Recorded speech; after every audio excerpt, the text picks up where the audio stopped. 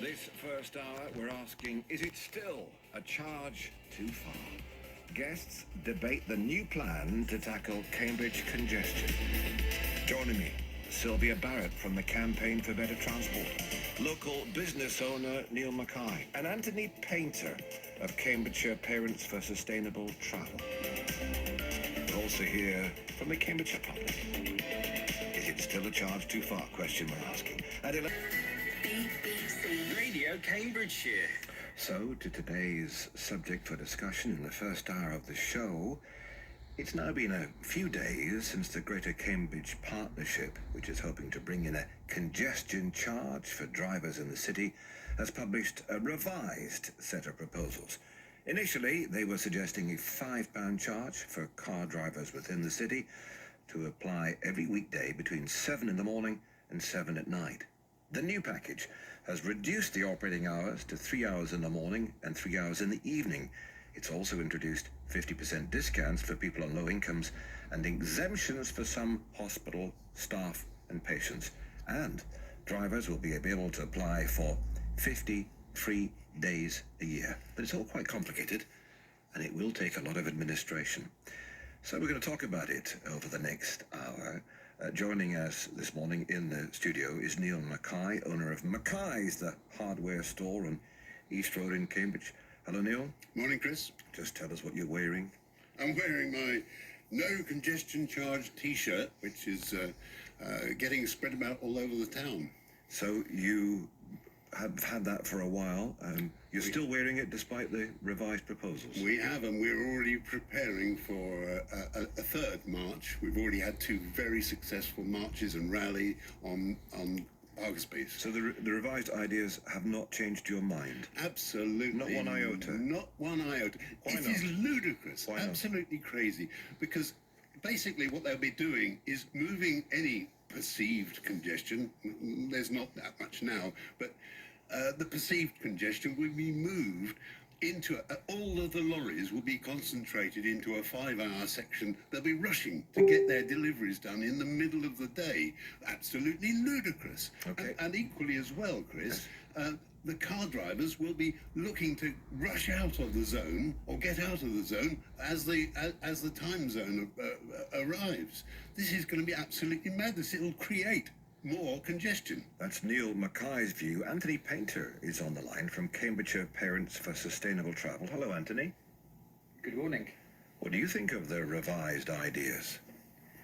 Well, it's a pity that the No campaign hasn't given it some more thought, because actually they offer enormous benefits for families in the city and surrounding communities. You know, better, more affordable transport. It's an enormous investment in buses. It will enable us to have cleaner air in what actually is quite a congested city, and actually we'll get more congested as the city grows, and it's going to grow quickly and considerably in the next 10 to 20 years. It's also going to make a city that's easier to move around, so there'll be benefits for car drivers, for businesses, for all. There's lots in this. It's a significant investment, and really to be, you know, a thriving, sustainable and fair city going forward, we need to take forward some of these ideas with enthusiasm. Don't go anywhere. Stay with us. Also with us, Sylvia Barrett from the Campaign for Better Transport. Hello, Sylvia. Hello. So, the revised ideas published by the Greater Cambridge Partnership, what do you make of them? Well, it's good that the plans are progressing and that we're moving towards implementing the whole scheme. So it's ultimately about investing in public transport, about making moving around the centre of town much better. And it's good that things like the park and ride is being augmented so that more drivers can take advantage of that. It's ultimately about providing alternatives to people, so not being locked into being dependent on your car. Okay, we will hear what Anna Bailey of East Cambridgeshire District Council, the leader, thinks in a moment or two. We'll hear from Peter Blake, Transport Director for the Greater Cambridge Partnership, and we'll hear from Dennis Jones, leader of the opposition Labour group on the City Council, all later on. But, Neil, you've heard two people very positive about it there. Why won't you embrace the ideas that they are saying that this is the gateway to a sustainable future for the city of Cambridge. Well, the method of funding this is totally based entirely wrongly. For instance, recently the government announced that they wanted to build a vast amount of new houses in Can we and just around stick Cambridge. to the points that they made, which was about the sustainability? Can you answer that first? They're both saying that this is the way to have cleaner air, to better road conditions. It's for the future of the city. What's wrong with that? Well, indeed, the actual basis upon which they are basing these statistics are entirely wrong. So just give us those. I don't have the statistics in front of me at the moment, but So what's wrong? So that they can answer it. What's wrong? The statistics on air quality are based on out-of-date data, and in fact, Cambridge's air quality has improved by the city council. So we don't need it. You're saying we don't need it? We're saying that the basis of it is entirely wrong. Anthony Painter, let's put that to you. Neil Mackay says your figures are wrong. Tell us otherwise. They're accepted, scientifically verified figures, and the simple fact is that Cambridge, although levels of pollution have been going down, we still find ourselves in a situation where air quality in the city is above recommended World Health Organization levels on a frequent basis. And this is the problem, and you're going to add to the pollution and congestion as the city grows. Now, there'll be lots of talk, for example, around electric vehicles and the difference they will make. They will make some, but there's still forms of pollution, and that all forms of road traffic add to the environment, and that has knock-on effects in terms of health. Asthma, long-term health conditions, child development, which obviously as families and parents we care deeply about, dementia and cancers. In Cambridge, there is about 100 people or so a year whose deaths are linked to poor air quality. Neil Mackay's protesting. Let me just say... Absolutely not. That statistic was put out last year when they announced the original deal plans, and it was completely proven to be incorrect. There was a statistic. He asked a reasonable question. By whom? We had a number of people at a meeting in Milton Road Library, which was organised to discuss all of these matters, and a person with great knowledge of the statistics went through and analysed it, and it took it apart by like a surgeon with a scalpel, and proved that all of those figures were entirely wrong. Sylvia Barrett from the Campaign for Better Transport. Can you throw any light on these claims? Oh, there are ways that people can actually check the live pollution at their address. There's a very good website called addresspollution.org. Anyone can type in their postcode and see what pollution levels actually exceed the recommended WHO limits. As others suggest, so it's plain for everyone to see. Okay. It's not just about air pollution, it's loads of other reasons why we need to reduce traffic in congested cities. It's economic growth, it's addressing the climate emergency as well. It's about not locking people in transport poverty. There's many people that have to buy a car and use a car just because they don't have any other options. Okay, Sylvia, stay with us. Anthony, I know you've got to go soon from Cambridge Parents for Sustainable Travel. Let me ask you this before you go. You're talking about all the things that you feel will happen if this charge is put in. But people still say, hang on a second, we need to have an alternative. We need to be able to get into the city in an affordable way. How sure are you that that replacement service would happen, whether it's bus, train, trams, or whatever? I think it's a very good question. And look, I understand... So what's the answer, with respect?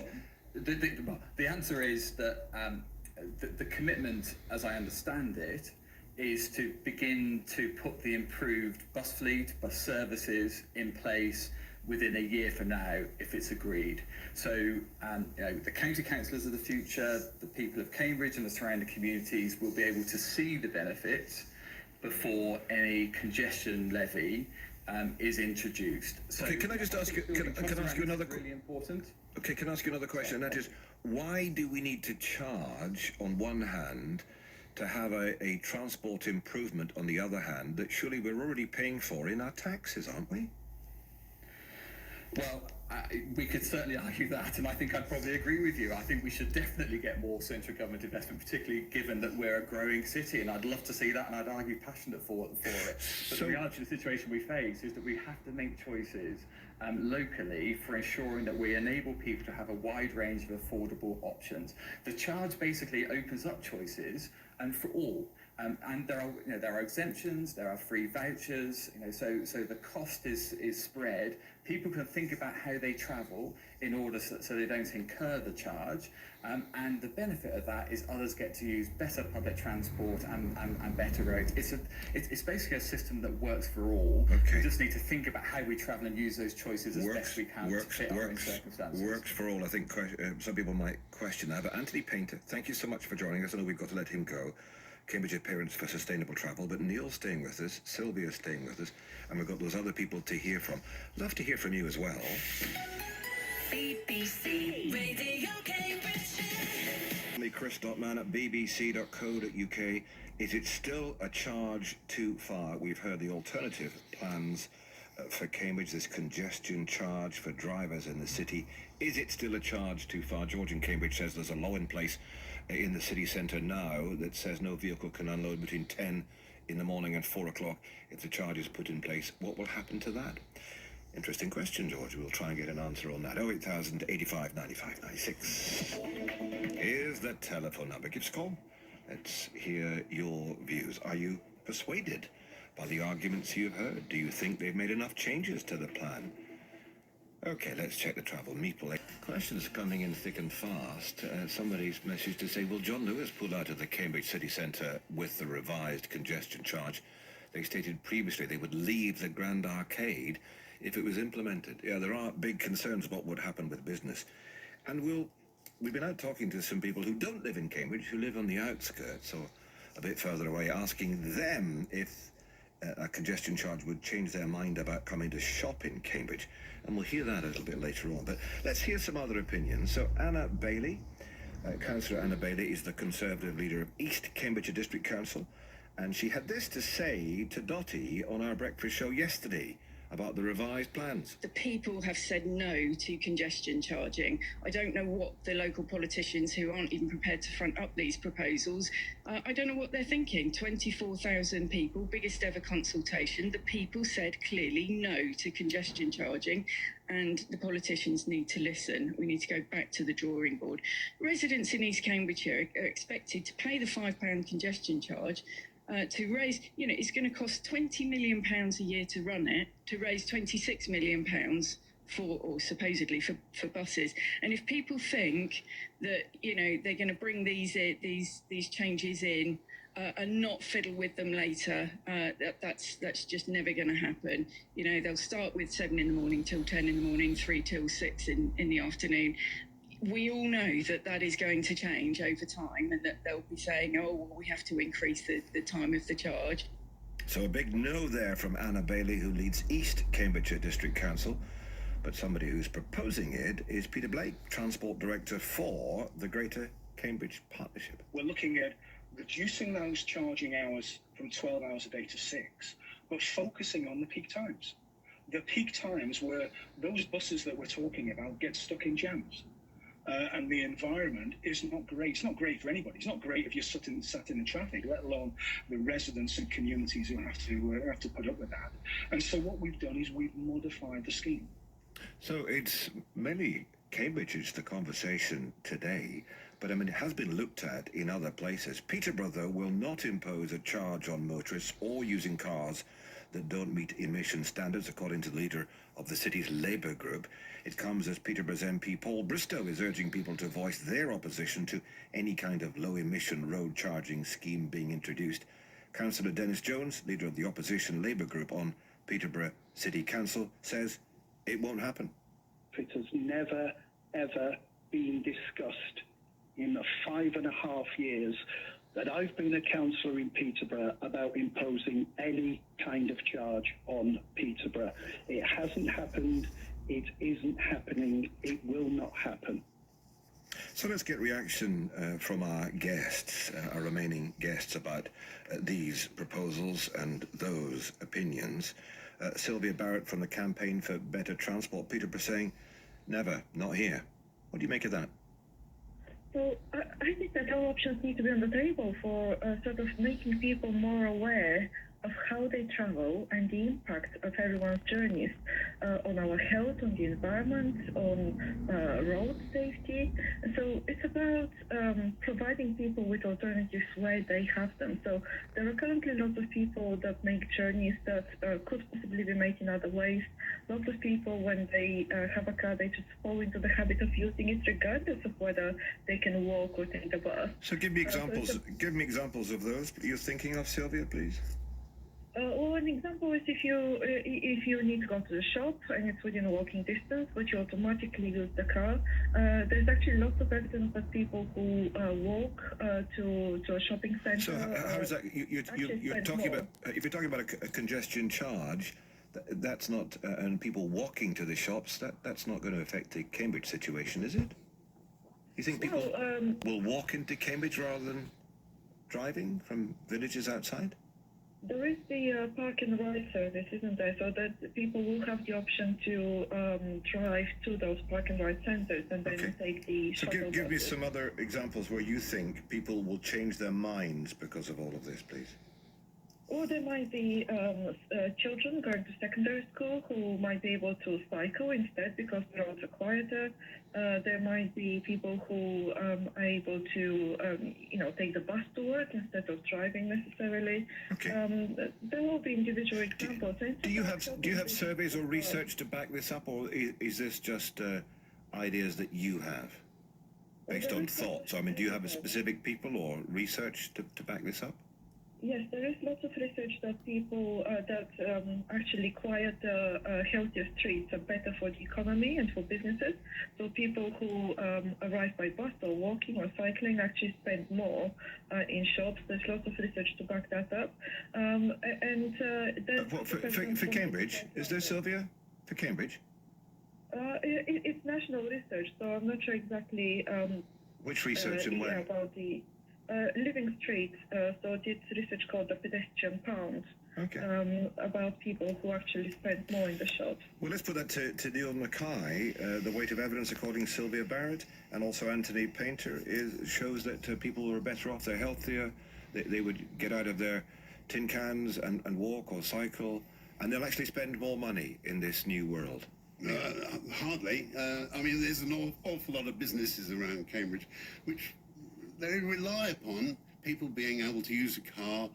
My products I sell are large, awkward, heavy items which need motorised transport to actually move them around, both to deliver them to us and take away. Your products, things like steel, ladders, very large tools and machinery and things like that. So what would happen to your business under these proposals, do you think? It would decimate our business. It really, really would. We would move out of Cambridge. Sylvia, what do you make of that? That's Neil talking from the heart there. A business that's, well, your father ran it before you, didn't he? We've been there since 1912. 1912. So, Sylvia, there's a specific example that Neil's quoting. What should he do? Well, I absolutely see that point, and I'm not arguing against that. All I'm saying is that people who do have the option to use other means. I understand that, but what is Neil to do then? Should he move out of Cambridge? I mean, if he thinks it's going to decimate his business, that would be a great loss to the city. I mean, he can't be alone in that, can he? No, but my point is that if there's less traffic, it will free up space for people that do need to use the roads, like customers going to that business. I went to the City Council and asked in public questions, have the City Council done an impact analysis on local business of these proposals? They said, no, not really. So I went out and did my own. I've done 25 interviews with local businesses, small, medium-sized businesses, who all say this will affect their business. There's a business around the corner from here, in fact, a pet store, who said his customers who often come from places like Milton and Waterbeach said they will not come to his shop if they're going to have to be paying £5 extra to do so. Is that still something that you support then, Sylvia Barrett, if it's going to put people off, key customers coming into Cambridge, they'll find somewhere else to go, won't they? There are actually lots of examples of other cities where similar proposals have worked and where people have been opposed at the start. So there's Nottingham that introduced workplace parking levy, and that was actually good for businesses. There was 10 years that this has been in place, and recently published a report about its positive impact that it had. There's London, where the congestion has reduced, and there's increased traffic in many areas. They're very different size, though, aren't they? Nottingham and London to Cambridge. Very different cities, don't you think? But it's just an example that it can work in many different styles. I mean, types of cities. Nottingham is different from London too. Sylvia, stay with us. Neil, stay with us. 08085 95 96. That's the telephone number. BBC Radio Cambridgeshire. Radio Cambridgeshire. So we're talking about the new plan to tackle Cambridge congestion. And a big question which has come up time and time again, and we're hearing it again today, is would it stop a congestion charge of any size and any flavour? Would it stop people coming in to Cambridge to shop, to visit things, just casually coming in? Would it stop people, ordinary people, coming to Cambridge? John Devine, our reporter Johnny D, went to Ely this very morning to ask people there. Morning, Chris. I've popped along to the nearest city to Cambridge. It's Ely in East Cambridgeshire. It's about 17 miles north of Cambridge on the A10. I'm just wondering what people think of these new revised ideas for the congestion charge. I've got a lady with me. So I explained all these changes to you. I mean, the main one being that the original plan was it to be 7 a.m. till 7 p.m. weekdays, and now they've gone for this 7 a.m. till 10 a.m. and 3 p.m. till 6 p.m. So it's sort of the peak times, if you like, 3 hours of each. What do you think of all this? I just think it's a bit ridiculous, really, because it seems like you're capturing the people that go to work each day, and they're going to be the ones that are penalised the most, and other people can get some reduced rates and all that. And why are they doing it? What are they going to do with the income from it all? Are they going to put it back into infrastructure to make it better? Because Cambridge is not the best place to get to anyway. So what are they going to do with the money more than anything? I've just come to Ely because I'm thinking it's not far from Cambridge. I mean, Newmarket's down the road on the A142, only by about 13 miles or so. Yeah. I mean, would it put you off going to Cambridge, you think, if this comes in and these hours? I would think twice about it and think, well, what do I need to get from Cambridge, or why am I going to Cambridge? And but I think if I still really wanted to go, I would go.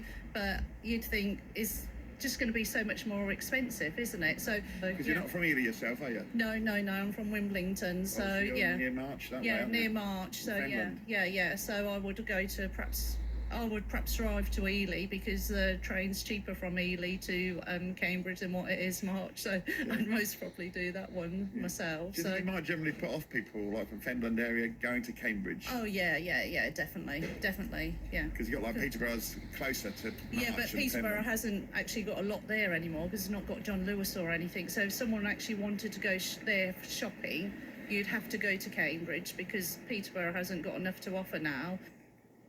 Hey, excuse me, sir. Do you live in Ely? I certainly do.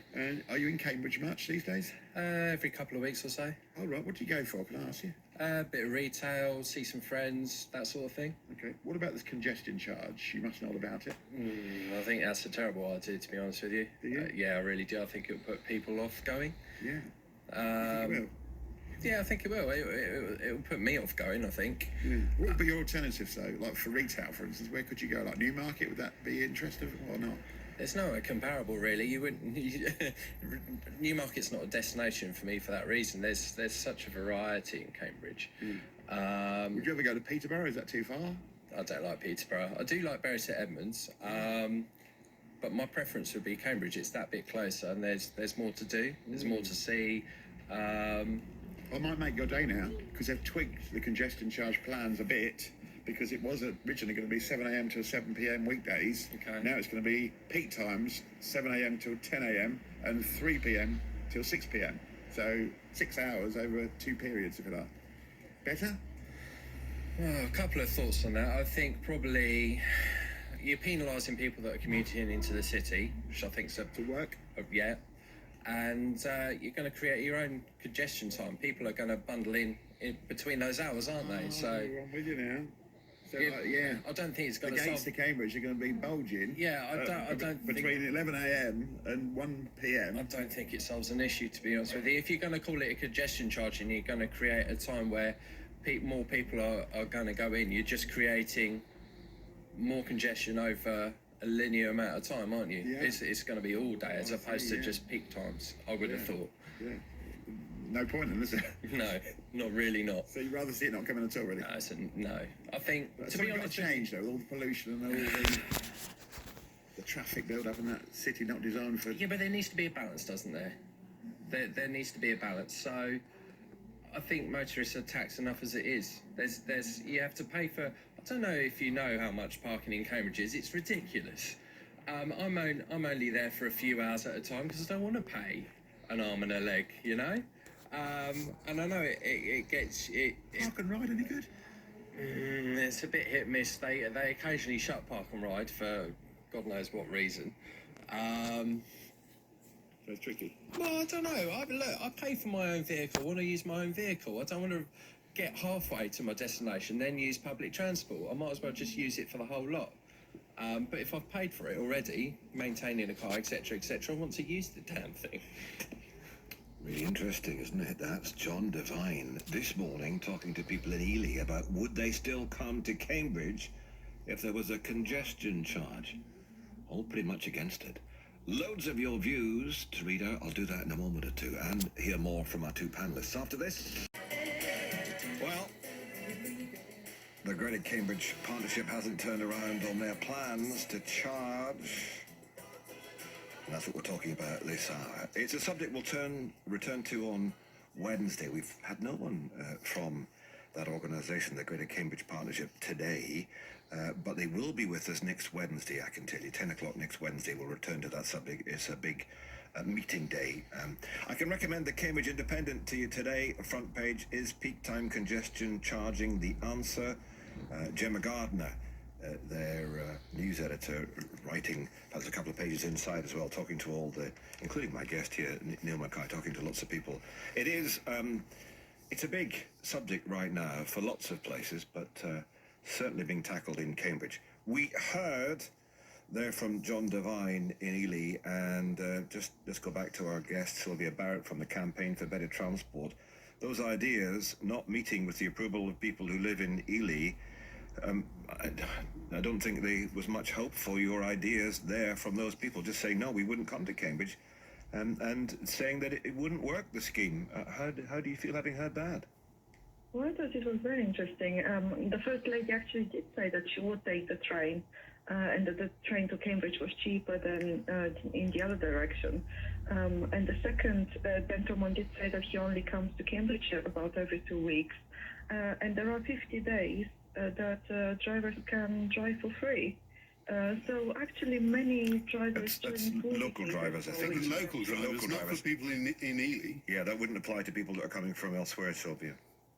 Or even in that case, as you said, there are the park and ride provisions, and it's about making that last mile journey. Okay. So you weren't put off by what you heard there, even though someone said that it would create a new rush hour, a new congestion time, that they thought the park and ride, that was a bit hit and miss, and it would penalise workers. This is a key thing. People that come to work in Cambridge, it would penalise them. Didn't put you off?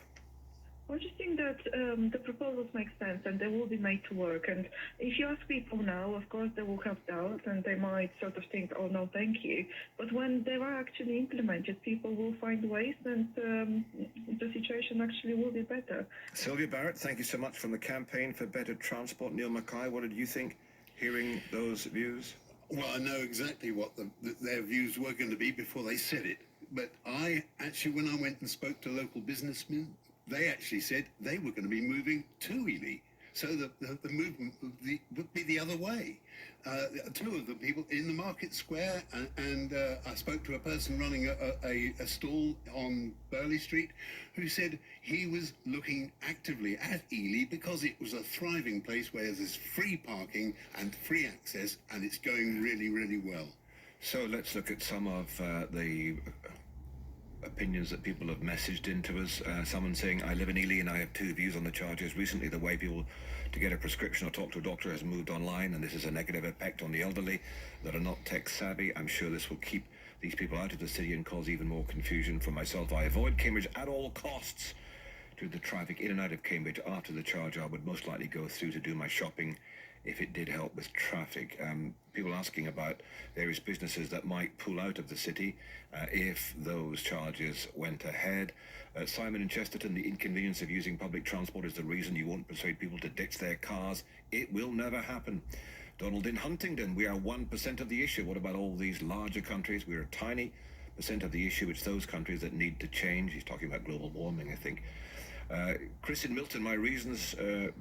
Pro peak time congestion charge: 1, existing congestion in Cambridge already a disincentive to go to Cambridge.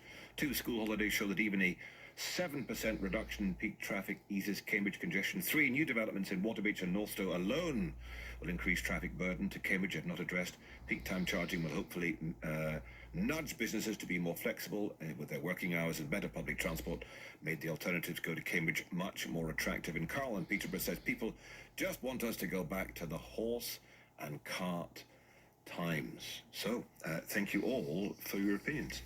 Thank you. Thank you, Neil Mackay, for coming in. My pleasure.